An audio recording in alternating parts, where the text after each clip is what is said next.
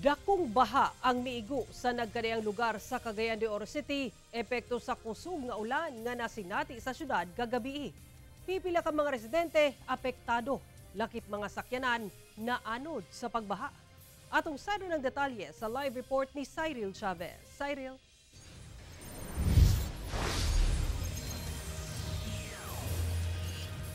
Yes, Sara, sa kakusog sa ulan, naghatod kini og flash flood kadto sa pipila ka barangay dinhi sa Cagayan de Oro City, lakip na sa barangay Kamaman-an.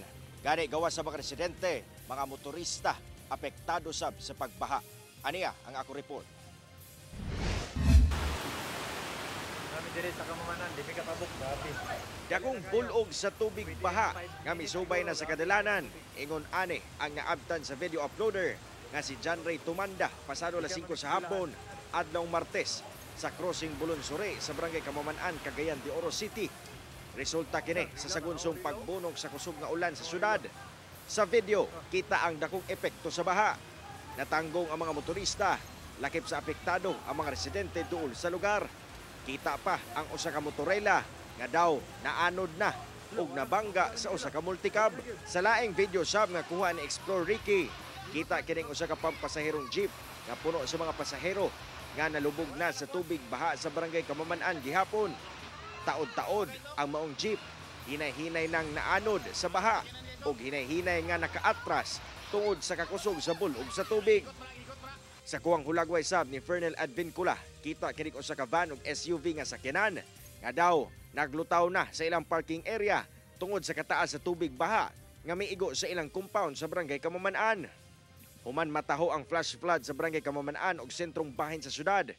Gilayong nag-deploy ang City Disaster Risk Reduction Management Department kung CDRRMD ug mga personay sa nagkadiyang lugar nga apektado sa baha. Gipahikling ang mga ana sa low-lying areas. Hinoon sa susamang gabi, dali rasab ni hubas ang baha ug nakabalik ang mga residente sa ilang mga lugar. Maton sa LGU, padayon sila sa pagsuta sa kinatibuk-ang danyos nga natala sa maong pagbaha. Wala pa gani may taas ang tubig, tuwa na sila naghulat, nagbantay na sila kung kinsay ang ngayong tagaan o higayon sa pagtabang. Nga mismo sa mga tao makakita sa ila, aduna na paglaom nga naaday gobyerno nga ilang malauman, naaday gobyerno nga wala sila talikdi o biyai. Samtang, amo sab na abtan ang mga personay sa CDRRMD nga pinaspasay nga ng limpyo sa barangay Kamaman-an covered court. Tungod sa taas nga level sa tubig baha nga nasinati sa mga residente dinhi sa barangay Kamaman-an, nagkadaiyang diskarte ang ilang gihimo. Sama na lamang ni ining pagpatong ni ining motorsiklo. Aron malikayan nga malubog kini sa tubig baha, kini ang usa sa ilang gihimo aron maluwas kining usa sa ilang mga kabtangan. Gani karon, mga kapuso, ko ipakita ang sitwasyon dinhiya. Ang mga personahe sa Oro Rescue 911 pati barangay nagtinabangay na aron malimpyo ang covered court dinhiya nga napuno sa lapok nga hatod sa dakong baha nga nasinati dinhing lugar.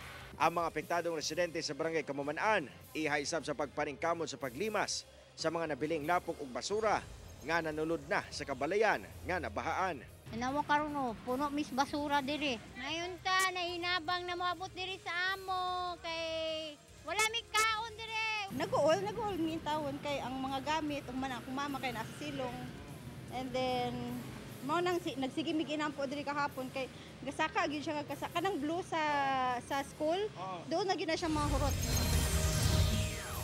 Sara, sa kasamtangan, nagpadayon ang ginahimong assessment sa City Disaster Risk Reduction Management Department sa LGU sa kinatibuk-ang danyos nga natala sa syudad tungod sa pagbaha.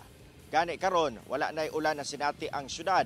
Apan pahimangno sa LGU nga magpinantayon gyapon sa lakat sa panahon o kung magdaot ang panahon o kinahanglan muhikling gilayon. Sara. Okay, mag-amping mo diha ug daghang salamat, Cyril Chavez.